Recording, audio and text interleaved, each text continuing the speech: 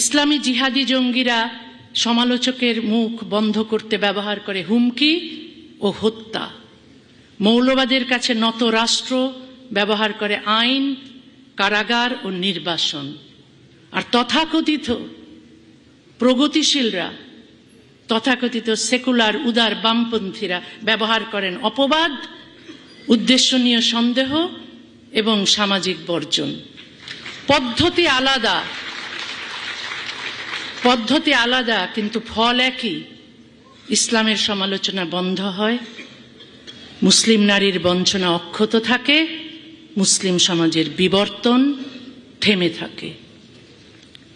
যারা নিজেদের জন্য আধুনিকতা চান কিন্তু মুসলিম সমাজের জন্য চান মধ্যযুগীয় বিধান, তারা মুসলমানের সবচেয়ে বড় শত্রু। যারা নিজেদের মেয়ের স্বাধীনতাকে অধিকার বলেন কিন্তু মুসলিম মেয়ের পরাধীনতাকে সংস্কৃতি বলেন, তারা মোটেও প্রগতিশীল নন।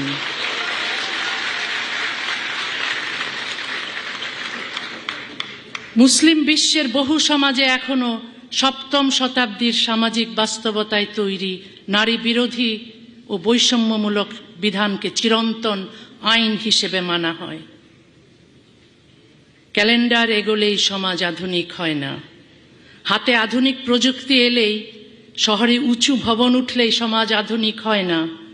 আধুনিক হতে হলে আইন, শিক্ষা, নৈতিকতা এবং রাষ্ট্রচিন্তাকেও আধুনিক হতে হয়। কোনো প্রাচীন বিধানকে আজকের মানবাধিকার, স্বাধীনতা ও সমতার মানদণ্ডে অন্যায় মনে হলে তা বদলাতেই হবে।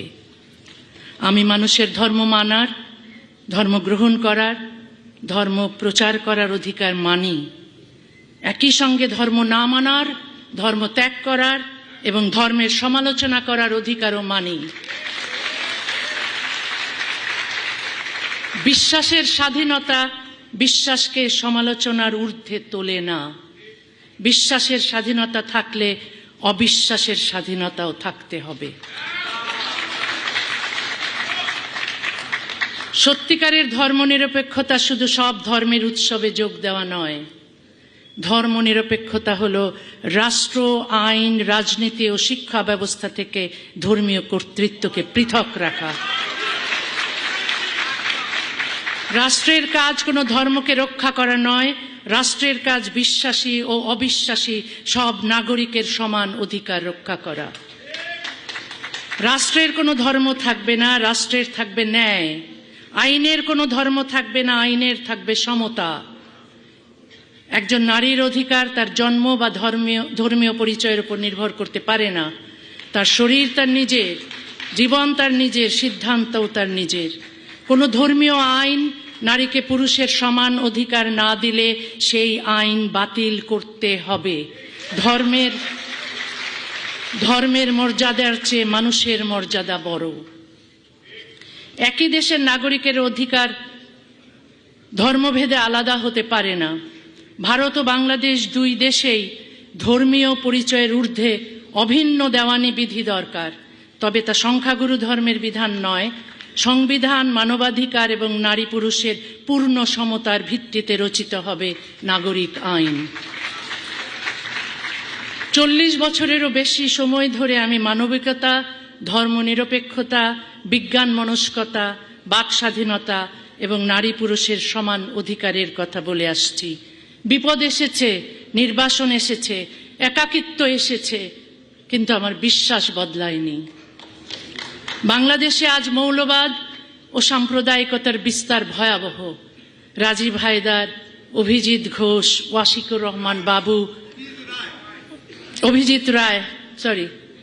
ওয়াশিকুর রহমান বাবু, অনন্ত বিজয় দাস,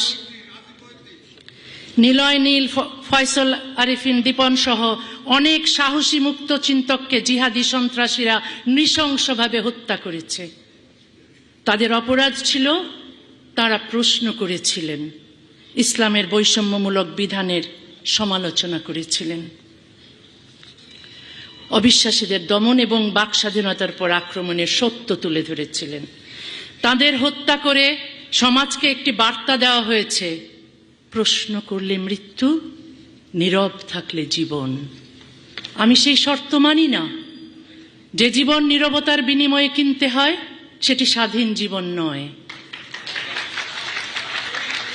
কিন্তু প্রশ্নকে হত্যা করা যায় না। একজন প্রশ্নকারীকে হত্যা করলে সেই প্রশ্ন আরো বহু মানুষের কণ্ঠে ফিরে আসে।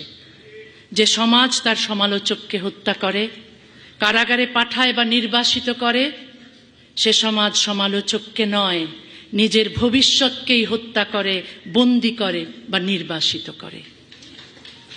তারপরও আমি আশা ছাড়ি না। আমি বিশ্বাস করি একদিন বাংলাদেশেও রাষ্ট্র ও ধর্ম পৃথক হবে, নারী পূর্ণ সমান অধিকার পাবে, ধর্মীয় সংখ্যালঘুরা নিরাপদে বাস করবে, নাস্তিক ও মুক্তচিন্তকরা নিরাপত্তা রক্ষী ছাড়াই রাস্তায় হাঁটতে পারবে। আশা কোনো অন্ধ আশাবাদ নয়, আশা কোনো অন্ধ আশাবাদ নয়, অন্ধকারের অস্তিত্ব জেনেও আলো তৈরি করার জেদ। আমি এমন এক উপমহাদেশের স্বপ্ন দেখি যেখানে ধর্মান্ধতার বদলে থাকবে বিজ্ঞান মনস্কতা, অজ্ঞতার বদলে শিক্ষা, বর্বরতার বদলে মানবিকতা এবং পশ্চাৎপদতার বদলে আধুনিকতা। মৌলবাদ অজ্ঞতা, বিদ্বেষ ও হিংসাকে নিয়ে দাবানলের মতো ছড়ায়, আর দাবানল কাঁটা তার মানে না। 1947 সালে ধর্মের ভিত্তিতে দেশভাগ এই উপমহাদেশে ভয়াবহ বিপর্যয় ঘটিয়েছিল। ধর্মের নামে আর কোনো দেশভাগ নয়, আর কোনো রক্তপাত নয়, আর কোনো নির্বাসন নয়। শান্তি প্রতিষ্ঠিত হোক সততা, সমতা, সহিষ্ণুতা, মানবিকতা, উদারতা এবং পারস্পরিক শ্রদ্ধার ভিত্তিতে। এই স্বপ্ন নিয়ে আজ আমি আবার কলকাতার সামনে দাঁড়িয়েছি। কলকাতা, এত বছর আমি তোমাকে প্রশ্ন করেছি, আমি তোমার কি ক্ষতি করেছিলাম, কেন আমাকে চলে যেতে হয়েছিল? আজ তোমার কাছে কোনো উত্তর চাইতে আসিনি, আজ শুধু বলতে এসেছি আমি ফিরে এসেছি।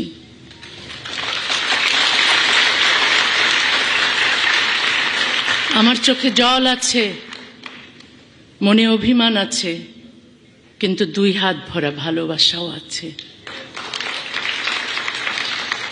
কারণ যে শহর আমাকে কাঁদিয়েছে সেই শহরই আমাকে স্বপ্ন দেখিয়েছে।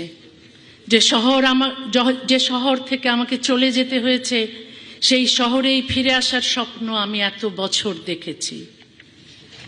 আমি জানি চলে যাওয়া আর ফিরে আসার মাঝখানের 19 বছর কেউ আমাকে ফিরিয়ে দিতে পারবে না। কিন্তু আজকের এই দরজা খোলা প্রমাণ করে অন্যায় দীর্ঘস্থায়ী হতে পারে, চিরস্থায়ী নয়।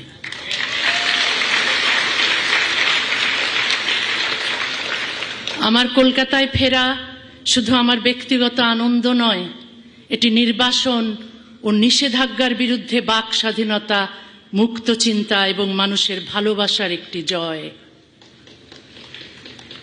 নির্বাসন আমার ঠিকানা কেড়ে নিয়েছে, কিন্তু আমার ভাষা কেড়ে নিতে পারেনি। আমার ঘর কেড়ে নিয়েছে, কিন্তু ঘরে ফেরার আকাঙ্ক্ষা কেড়ে নিতে পারেনি। আমি যতদিন বেঁচে থাকব পৃথিবীর যে প্রান্তেই থাকি লিখব, যা সত্য বলে বিশ্বাস করি তা বলবো। আজ 1 আগস্ট 2026। আজকের দিনটি আমার জীবনে শুধু একটি অনুষ্ঠানের দিন নয়, একটি বন্ধ দরজা খোলার দিন। ইতিহাস যেমন মনে রাখে কারা দরজা বন্ধ করেছিল, ইতিহাস তেমনি মনে রাখে কারা দরজা খুলেছিল।